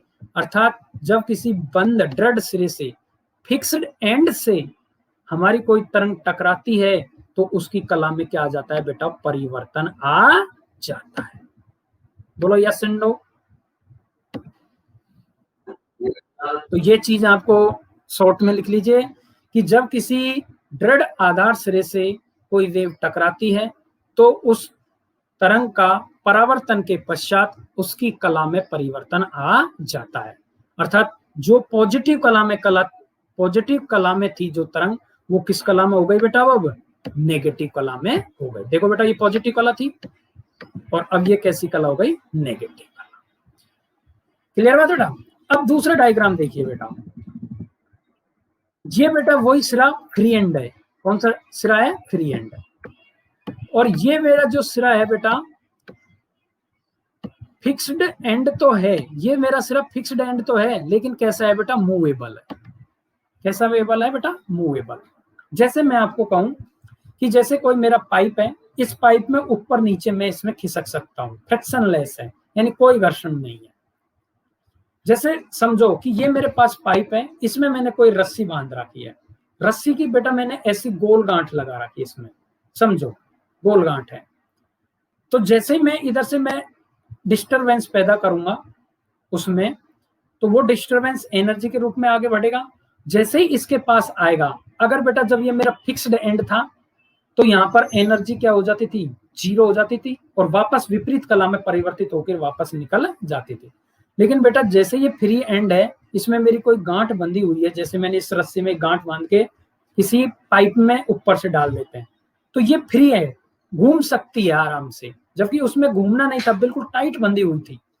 तो बेटा जैसे ही मेरा डिस्टरबेंस आएगा इसके पास, जैसे देखिए ये मेरा डिस्टरबेंस आ रहा है बेटा, ये मेरा डिस्टरबेंस आ रहा है बेटा, ये देखिए ये मेरा डिस्टरबेंस आ रहा है, और ये मेरे खुले हुए सिरे पर देखा, तो बेटा आप देखिए कि ये वाला सिरा क्या होगा, ऊपर नीचे मूवेबल हो सकता है। आपने देखा होगा किसी सिरे में खुले रूप में गांठ लगी होती है, और जैसे डिस्टरबेंस पैदा करते हैं, तो वो या तो उस पोल पर ऊपर की तरफ छिंट जाता है, या वो उस पोल पर नीचे की तरफ खिसक जाता है। इसका मतलब क्या हुआ बेटा, कि जैसे ही मेरे फ्री एंड से कोई टकराएगी, तो ये मेरी वेव है, या तो ऊपर की ओर गति करेगी, या मेरी नीचे की ओर गति कर सकती है। दोनों साइड कहीं भी गति कर सकती है, डिपेंड ऑन वेव। अगर वेव की कला यहाँ पर ऐसी है, तो ऊपर की ओर चले जाएगी, और वेव की कला यहाँ पर नीचे की ओर आई, तो वो नीचे की ओर चली जाएगी। इसका मतलब ये क्या है, फिक्स आधार है, लेकिन कैसा है, मूवेबल, जिसमें कोई घर्षण नहीं लगता है, इसके कारण वो आसानी से ऊपर नीचे हो सकती है। अब देखिए बेटा नेक्स्ट है, जैसे ये गई ये वेव, ये फ्री एंड में क्या हो गई बेटा, समावित हो गई। फ्री एंड में क्या हो गई, समावित। जैसे समावित होने के बाद उसकी एनर्जी वापस प्रोड्यूस होगी, वापस प्रोड्यूस होने के बाद देखो बेटा वेव वापस पैदा हो गई, और ये वेव वापस पैदा होने के बाद देखो बेटा ये वेव वापस इधर आ गई। इसका मतलब अगले नेक्स्ट स्टेप में क्या हुआ बेटा, ये वेव बन के वापस इधर निकल गई। तो दोनों में क्या फर्क देखा हमने, दोनों में फर्क ये देखा कि बेटा यहाँ पर अगर ये मेरा फ्री एंड है, यानी फिक्स सिरा तो है, लेकिन उसमें मूवेबल है, ऊपर नीचे सरक सकती है कोई रस्सी, तो उसमें जो तरंग वापस उत्पन्न होती है परावर्तन के पश्चात, वो उसी कला में उत्पन्न होती है जिस कला में वो जाके उससे टकराती है। अर्थात कि जब फ्री एंड होता है, जिस कला में जाके उससे टकराती है, टकराने के बाद अर्थात परावर्तन के बाद वह उसी कला में वापस परावर्तित होती है। देखो बेटा यहाँ से ऐसे उत्पन्न होती है, वापस इधर उत्पन्न हुई, इसका मतलब इसकी कला ये बनी, इसका मतलब इसकी कला ये हुई। इसका मतलब क्या हुआ बेटा, दोनों में डिफरेंस, यदि मेरा एक आधार फिक्स एंड है, यदि मेरा एक आधार कैसा है, फिक्स्ड एंड है, तो कला कैसे हो जाती है, अपोजिट हो जाती है, कला कैसे हो जाती है, विपरीत हो जाती है। और यदि मेरा फिक्स्ड एंड में बिना घर्षण के मूवेबल कर सकती है कोई रस्सी, तो उसमें कला अपरिवर्तित नहीं होती है। इतना मेरी चीज दो समझाने की बात थी। तो दो शॉर्ट चीज याद रखो कि यदि कोई दृढ़ आधार से कोई रस्सी मेरी बंधी हुई है, तो उसमें कला उस तरंग है जो जाके टकराने के बाद परावर्तन के पश्चात, यानी टकराने के बाद परावर्तन के पश्चात उसकी कला कैसी हो जाती है, अपोजिट हो जाती है, अर्थात बदल जाती है। अर्थात बदलने का मतलब कैसे हो गया बेटा, उसका फेज कालांतर बदल गया। और जब यदि फिक्स सिरा नहीं है, मूवेबल है, जिसमें घर्षण के बिना मूव कर सकती है कोई एनर्जी, घर्षण के बिना का मतलब है बेटा एनर्जी को वो खर्च नहीं कर रही है, ये अर्थ है। तो वो क्या होती है, टकराने के बाद वापस, यानी परावर्तन के पश्चात वापस उसी कला में उत्पन्न होकर वापस परावर्तित हो जाती है। अर्थात ऐसे उसमें कोई कला परिवर्तन नहीं होता है और इसमें कला का परिवर्तन होता है, ये कहलाती है बेटा। ये चीजें ये मैंने आपको बता दी। एक फिक्स्ड एंड से कला किस प्रकार परिवर्तित होती है, और एक फिक्स्ड एंड है लेकिन उसमें घर्षण के बगैर वो मूव कर सकती है, तो वो उसमें कला किस प्रकार परिवर्तित होती है या नहीं होती। तो बेटा तरंग समीकरण किस प्रकार बनेगा, हमारा मेन बात है तरंग समीकरण का। तो बेटा देखो, जब कोई हमने आपतित तरंग परावर्तन के बिना कला परिवर्तन के होता है, छोड़िए ये लाइन को छोड़ दो, कोई काम की नहीं है। ये देखिए बेटा, हमारा तरंग का समीकरण ये है, y बराबर a sin omega t minus की एक्स। इसका मतलब ये मेरी बेटा कला किधर जा रही है, कौन सी डायरेक्शन में है ये तरंग, मुझे ये बता दीजिए आप, बताओ।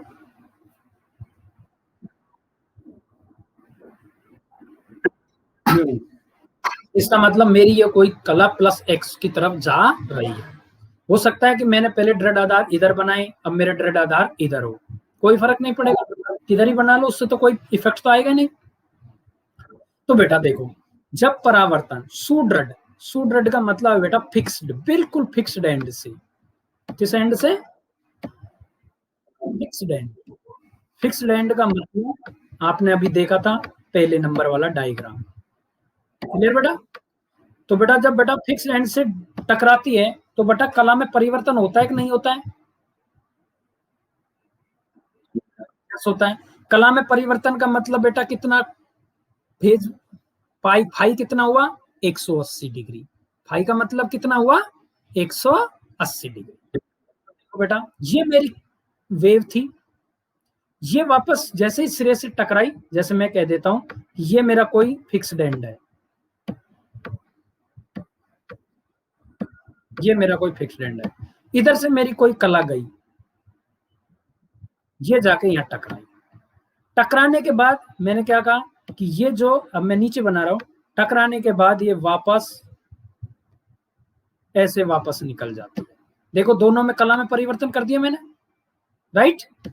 ये इधर जा रही है, ये इधर जा रही है। इसका मतलब कितना कालांतर हो गया बेटा, इसमें कितना होगा, 180 डिग्री। 180 डिग्री को बेटा कितना बोलेंगे, पाई। इसका मतलब ये इधर तो तरंग गई और ये वापस कालांतर इतना आया, तो आने वाली तरंग कितनी होगी, ये इसमें कितना कालांतर जो है, क्योंकि अपन ना इक्वेशन क्या होती है, ये तो इक्वेशन होती है, अगर उसमें कोई कालांतर है तो बेटा मैं उसमें प्लस फाई जोड़ सकता हूं, अगर कालांतर नहीं है तो फाई बराबर 0। तो इक्वेशन क्या बन जाएगी, y बराबर a sin omega t minus के एक्स प्लस फाई, ये इक्वेशन बना सकते हैं। फाई बेटा कितना होता है, पाई। तो देखो बेटा परावर्तन के पश्चात वाई आर बराबर a sin omega t minus की जगह बेटा क्या होगा, प्लस का के एक्स, और क्या होगा बेटा प्लस का पाई। अब बताइए माइनस की जगह प्लस, फिर आगे देखिए इसका मतलब क्या होगा बेटा, minus a sin omega t plus के एक्स। ये है सबसे बड़ी बात कि आपको ये चीज याद रखनी है कि परावर्तन के पश्चात, आप देखिए बेटा पिछला डायग्राम देखिए, जैसे मेरे टक्कर यहां कई, इसका आयाम कितना है, प्लस, जैसे टकराई तो इसका आयाम कैसे हो गया, माइनस। हुआ कि नहीं हुआ, माइनस हुआ। तो यही तो लाया हूं बेटा, y बराबर माइनस ए। माइनस ए का मतलब यही है कि उसका आयाम कैसे हो जाता है, माइनस। आयाम कितना हो जाता है माइनस। क्यों बेटा, देखिए आपको पता है साइन ओमेगा टी माइनस के एक्स प्लस 180, साइन 180 प्लस क्या होता है, आपने जानते हो कि पहले साइन होता है जो पहले क्वाड्रेंट में पॉजिटिव होता है, ऑल पॉजिटिव होते हैं, साइन दूसरे क्वाड्रेंट में पॉजिटिव होता है, तीसरे में नेगेटिव होता है, चौथे में भी नेगेटिव होता है। तो आप इसको थोड़ा सा ट्राई करना। कहने का मतलब मेरा यह है कि जैसे ही मेरी वेव को टकराती है तो उसका आयाम कैसा हो जाता है, पॉजिटिव से कैसे हो जाता है, नेगेटिव हो जाता है, राइट। और देखो बेटा तरंग संचरण की दिशा भी कैसी हो गई बेटा, बदल गई।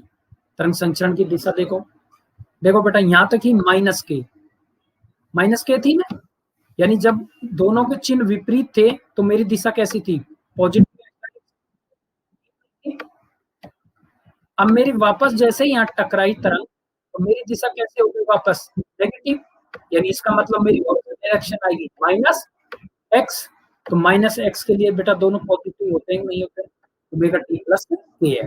इसका मतलब क्या होती है, प्लस एक्स से जाते हुए टकरार जब किसी फिक्स एन से टकराती है तो उसके आयाम में परिवर्तन होकर वापस तरंग विपरीत दिशा में चल जाती है। फिर मैंने कहा बेटा यदि मेरा रिफ्लेक्शन है वो खुली परिसीमा से हो रहा है, यानी मेरी बाउंडेड नहीं है, वो खुला है बेटा राकेश, खुला एंड से हो रहा है, तो बेटा खुला एंड में मैंने क्या कहा कि मेरी वेव की कला में कोई परिवर्तन नहीं होता है, वेव की कला में कोई परिवर्तन नहीं होता है। इसका मतलब उसका जो आयाम पॉजिटिव था तो उसका आयाम देखिए बेटा पॉजिटिव ही है, उसका आयाम कैसा है, पॉजिटिव। तो बेटा ये दो समीकरणों को वहां पे याद रखिए कि जब यदि फिक्स्ड एंड से टकराती है तो उसके आयाम चेंज हो जाता है।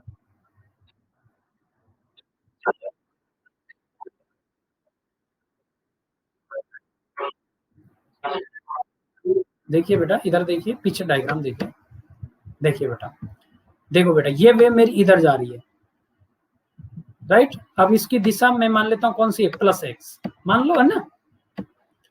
टकराने के बाद वापस इधर गई तो यानी अपोजिट डायरेक्शन हुई कि नहीं हुई,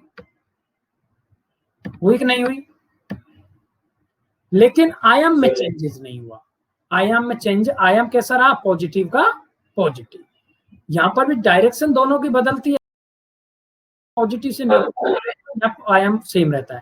तो अब यहाँ देखिए बेटा कि अगर मैं इस वेव को लेके चलूं, चलो मैं समझाता हूँ, इस वेव को लेके चलूं, मतलब मैं मान लेता हूं कि ये मेरा ऐसा था, देखो बेटा ये ऐसा होता है, मैं आपको थोड़ा सा बता दूं, ये मेरी वेव ऐसे जाके यहाँ टकराती है और यहाँ पर एक मेरी ऐसे होती है, तो ये वेव जैसे यहाँ टकराएगी ये वेव क्या होगी, ऊपर चली जाएगी, राइट। जैसे किसी अपन देखते होगा पाइप में खुला हुआ जैसे गांठ लगा के, ऐसी गांठ के ऊपर नीचे सरक सकती है, ऐसी है। तो जैसे ये वेव बेटा यहाँ जाके टकराएगी, ये थोड़ी देर बाद ये रस्सी वापस कहाँ आएगी, नीचे आएगी, राइट, नीचे आएगी। नीचे जैसे आएगी ये रस्सी, जैसे मैं मान लेता हूँ ये वापस नीचे आई, ये वापस जाके वापस उसी कला में होकर वापस क्या, इसी दिशा में वापस लौट आएगी। इसका मतलब क्या था कि इसकी कला में कोई परिवर्तन नहीं, लेकिन अब इसकी दिशा कैसी हो गई बेटा, माइनस एक्स, हुई कि नहीं हुई, हुई कि नहीं हुई। तो मैं अगर के की एक्स की जगह माइनस एक्स रख दूंगा तो माइनस माइनस बेटा क्या हो जाएगा, प्लस हो गया, प्लस। अब इसी देखो बेटा टोटल को भी देख लो कि जब दोनों की दिशा, दोनों के साइन एक जैसे होते हैं तो वेव किस दिशा में जाती है, माइनस डायरेक्शन, क्लियर। तो यही मैं बता रहा हूं, तो ये दोनों कॉन्सेप्ट क्लियर हो गए बेटा। ये कॉन्सेप्ट तरंग को फील करो, अपने अंदर उतारो कि फिजिक्स क्या है, कि फिजिक्स क्या है, तो फिजिक्स समझ आएगी। और ऐसा नहीं कि आप इनसे डरो कि भाई हम फिजिक्स कैसे पढ़े, ये बेटा सब 11th की फिजिक्स है। अगर आप बाई मानो कि आपने 10th के बाद 11th ले लेती, साइंस ले लेते, तब नहीं पढ़ते क्या आप इन लोगों को, इस सब्जेक्ट को। मैं 11th की ही फिजिक्स पढ़ा रहा हूं बेटा, हाई लेवल की फिजिक्स तो अभी पढ़ा ही नहीं रहा, केवल और केवल 11th की ही ये सारी चीजें हैं। तो कोई अगर डर रहा हो ना कि भाई मेरे समझ नहीं आ रही, तो वो अपना डर निकाल दे। अगर मेरे साथ आप लगातार जुड़े रहे हो तो आपको फिजिक्स में इतना इंटरेस्ट बन जाएगा कि अन्य सब्जेक्ट्सों के तुलना में आपको फिजिक्स सबसे अच्छा लगने लगेगा। बशर्ते मैं जो कहूँ वो करते रहो, नहीं समझ आए तो आप पूछते रहो, हम एक बार समझाएंगे, 2 बार समझाएंगे, 3 बार समझाएंगे, कोई दिक्कत नहीं है हमें समझाने की, हमें कोई दिक्कत नहीं है। लेकिन आप ध्यान दो कि मैं क्या कह रहा हूं, नहीं समझ आए तो आप उसको पूछते हो। हाँ बेटा, और बताइए, बताओ और किसी को किस दिक्कत किसी में?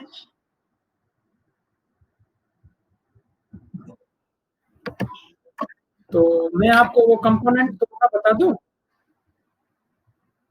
मैं आपको बोल दिया था कंपोनेंट किस प्रकार तोड़ते हैं, तो मैं बेटा उसको आपको व्हाइट बोर्ड लेके करता हूँ।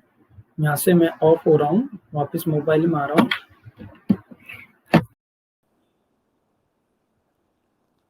हाँ चलो, ओके। देखो कंपोनेंट क्या होता है बेटा, मैं मान लेता हूं ये मेरी एक्स डायरेक्शन है, ये मेरी वाई डायरेक्शन है।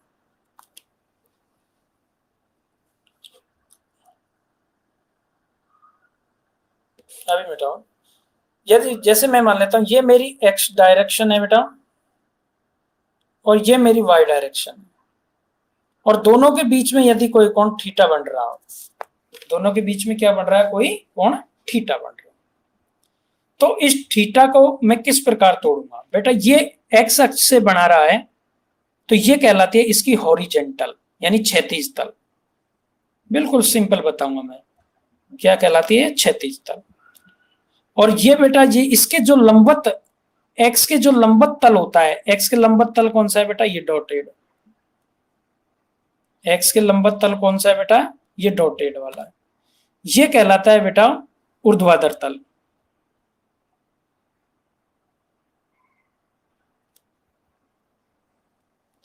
इसका मतलब कहते हैं, इसको कहते हैं क्षैतिज तल, इसको ऊर्ध्वाधर तल, राइट। अब बेटा इन दोनों के बीच में यदि कोई ये मेरा परिणामी कोई थीटा बढ़ रहा है, तो मैं इनको किस प्रकार, मैं मान लेता हूं कि बेटा अगली स्लाइड जैसे मेरी ये कोई मेरा एक कार्तीय निर्देश तंत्र है, ये मेरा मूल बिंदु है जिसको मैं 0 0 0 बोल रहा हूं, ये मेरी एक्स डायरेक्शन है, ये मेरी वाई डायरेक्शन है, और ये मेरा कोई पार्टिकल यहां रखा हुआ है पी बिंदु पर, और ये मेरा यदि कोई कोण क्या बना रहा है, इससे क्या बना रहा है, थीटा। तो मैं यहां पर एक लंब डालता हूं बेटा, तो ये जो मेरी ये दिशा होती है यहां से यहां तक, ये कहलाती है बेटा एक्स तो है ही है, जिस क्षैतिज तल से जो कोण बनाता है वो कहलाता है क्षैतिज तल, वो कहलाता है एक्स कोस थीटा। और बेटा जो ये होती है ये वाई, मैं कहलाता हूं ये ऊर्ध्वाधर तल है, ये कहलाता है बेटा वाई साइन थीटा। तो आपको ये ध्यान रखना है कि, ध्यान ये रखना है कि जिस रेखा के ऊपर कोण बन रहा है, यानी जिस रेखा के साथ कोण थीटा बन रहा है वो कॉस थीटा बनता है, और जिस रेखा के विपरीत जो ऊर्ध्वाधर तल यानी 90 डिग्री पर है उसके साथ कौन सा कोण बनता है, साइन थीटा। क्लियर बात। तो कंपोनेंट हम इस प्रकार तोड़ते हैं कि जैसे मेरे पास ये कोई वो है और ये मेरे पास ये है, ये कोई कोण थीटा बना रहा है, तो ये कहलाता है बेटा एक्स कॉस थीटा, और ये कहलाता है बेटा वाई साइन थीटा। इसका मैं यदि परिणामी कोई बिंदु आर निकालते हैं, इसका परिणामी निकालना है, परिणामी क्या है, आर। तो जो बेटा इसका परिणामी आर बराबर होता है, आर बराबर, परिणामी आर बराबर under root x square plus y square. अब आप देखो बेटा कि x बराबर क्या है, एक्स कॉस थीटा, y बराबर क्या है, वाई साइन थीटा। तो मैं यहां वैल्यू रख दूं, x की जगह एक्स कॉस थीटा का whole square plus y sine theta का होल स्क्वायर, राइट। इसका मतलब क्या हुआ बेटा, under root x cos theta यानी x square cos square theta, y sine theta का होल स्क्वायर मतलब y square sine square theta बराबर कैपिटल आर। परिणामी, परिणामी आर बराबर, इसका मतलब बेटा, अच्छा बेटा अगर आप इसको ऐसे ले तो आपको देखो एक रिजल्ट पे पहुंच जाओगे कि यदि मेरा ये x है तो ये इसके साथ x दिशा के साथ है ये x cos थीटा, तो ये क्या बनता है बेटा x sin थीटा। क्या बनता है x sin थीटा। तो देखो बेटा एक परिणाम पे पहुंच जाएंगे, तो ये x बराबर x sin थीटा हो जाता है। फिर क्या हो जाता है बेटा ये एक्स स्क्वायर, तो एक्स स्क्वायर यहाँ से मैं एक रिजल्ट पे पहुंचने के लिए कर रहा हूं, मैं बाकी कंपोनेंट वैसे तोड़ सकते हैं। तो क्या आ जाता है cos square theta plus sign square theta. ये कितनी हो जाती है बेटा sign square theta cos square theta 1, यानी वाई आर बराबर अंडर रूट एक्स स्क्वायर यानी आर एक्स। यानी परिणामी होता है जो बेटा, कहने का मतलब ये है कि जो ये परिणामी है ये आर बराबर क्या है एक्स। यानी x के साथ परिणामी, यानी परिणाम के साथ यदि मैं r बराबर x इसलिए लिया कि x cos थीटा है। अगर मैं r के साथ लेता बेटा, दूसरी चीज सोचिए, अगर मैं इसको ऐसे ले लेता कि ये मेरा परिणामी r है, परिणामी r के साथ यदि ये मेरा कोई कोण थीटा बनाता है, अब समझिए कॉन्सेप्ट को, बिल्कुल वो मैंने बेस बताया था। तो यदि मेरा ये परिणामी r है, ये मेरा कोई एक वेक्टर है, दूसरा वेक्टर ये है, इसके साथ ये कोई मेरा परिणामी r है, तो परिणामी यदि मेरा क्षैतिज तल के साथ थीटा कोण बनाता है तो ये मेरा क्षैतिज तल होता है बेटा r cos थीटा, और ये मेरा जो बेटा ये होता है ये कहलाता है r sin थीटा। तो ये ऐसे कंपोनेंट तोड़ता है। अगर मैं आपको ऐसे बना दूं, ऐसे ये कोण कोई थीटा बना रहा है इस अक्ष के साथ, और परिणामी मेरा ये r है, तो अब क्या होगा बेटा, अब ये r sin थीटा होना होकर ये क्या हो जाएगा r cos थीटा। मैंने कहा कि परिणामी जिस रेखा के साथ थीटा कोण बनाता है वह क्षैतिज कंपोनेंट cos थीटा कहलाता है। अब ये क्या कहलाएगा r sin थीटा। क्लियर। तो इस प्रकार हम कंपोनेंट तोड़ते हैं।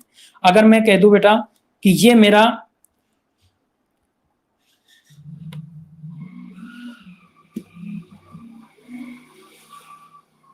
अगर मैं कह दूं बेटा ये मेरा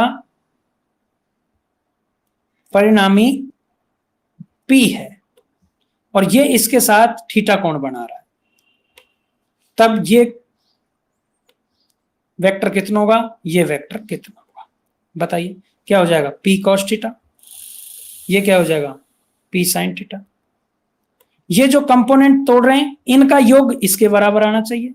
तो मैंने आपको सिखा दिया कि परिणामी P बराबर क्या होता है बेटा P cos थीटा का whole square plus P sin theta का होल स्क्वायर। आप जब इसको सोल्व करोगे ये बराबर क्या आ जाता है P, परिणामी यही आता है। इसका मतलब जो हम ये परिणामी लिख रहे हैं ये दोनों कंपोनेंटों के अंडर रूट और वर्गों के योग के बराबर होता है। इसका मतलब ये जो परिणामी है वो उसका वर्गमूल लो और इन दोनों कंपोनेंटों का क्या करो वर्ग करके दोनों कंपोनेंटों को जोड़ देंगे तो ये हमें परिणामी प्राप्त हो जाता है। तो इस प्रकार बेटा ये आपका कंपोनेंट, आप इसको तोड़ सकते हैं कि कंपोनेंट तोड़े। तो अब आप प्रैक्टिस करिए कि किस प्रकार कंपोनेंट तोड़ते हैं, किस प्रकार कंपोनेंट नहीं तोड़ते हैं। यस बेटा क्लियर हो गया।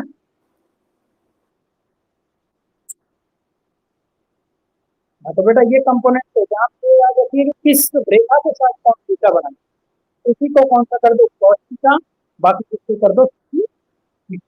बहुत बेसिक बताया मैंने, आगे कभी वेक्टर बताने की जरूरत नहीं है, काम की चीजें हैं ये, आपको काम आ रहा है। चलो तो आज की क्लास को बंद करें। चलो तो अभी ये करिए,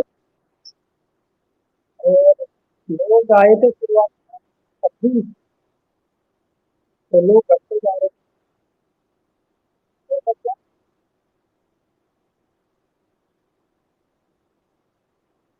चलो है ना।